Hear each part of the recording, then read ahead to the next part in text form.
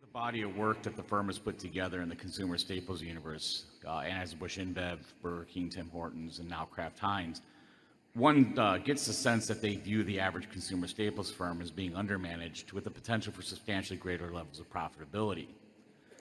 Given the ongoing struggles of many packaged food firms, most of which compete in a mature category against private label and or store brand offerings that undercut them in price and diminish the value of their brands, and many of them having to deal with large retailers like Walmart that provide meaningful sales volumes, but are also quite demanding and continuously pushing for the lowest price available, do you see the potential for further consolidation in the industry with a firm like Kraft Heinz emerging as a big consolidator?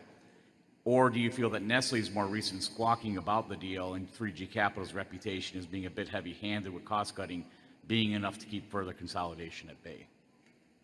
Well, there will be deals in the future. I mean, they're bound to be.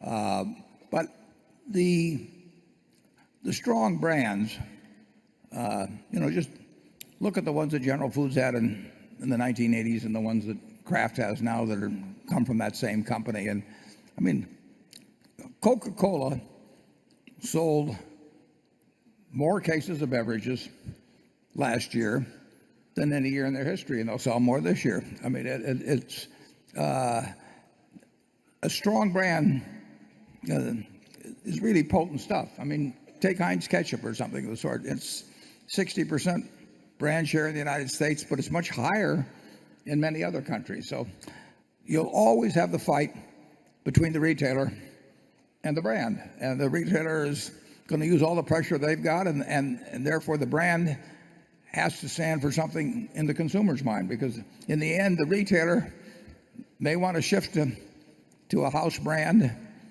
private label, private labels have been around forever in the soft drink field. I mean, I can remember when I was looking at Cott Beverage and all of those and thinking, what will it do to us? I remember when Sam Walton sent me the first six-pack. He told me it was the first six-pack of Sam's Cola 20 years ago. And believe me, Walmart has plenty of power, but so does Coca-Cola. And the brand, you've got to nourish them. You've got to take very, very, very good care of them. They have to stand for the promise that's in people's mind about them.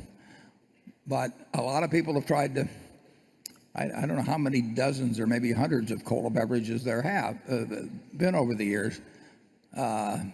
RC Cola, they came up with the first diet product back in the early 60s, and that looked like a big maneuver. Wilkinson came up with the blade back in the 60s after Gillette, but Gillette ends up with 70% by dollar value worldwide of razor blades after 100 years.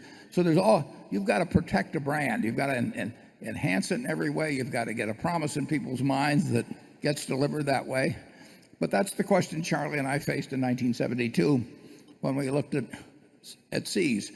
See's was selling for $1.95 a pound. Russell Stover was selling a little cheaper. And you had to decide how much damage could a Russell Stover do if they came after See's and they copied our shops and all that sort of thing.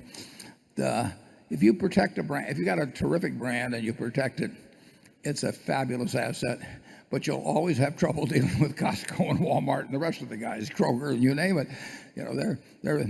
They're tough too. But the great brands will survive and the great retailers will do well.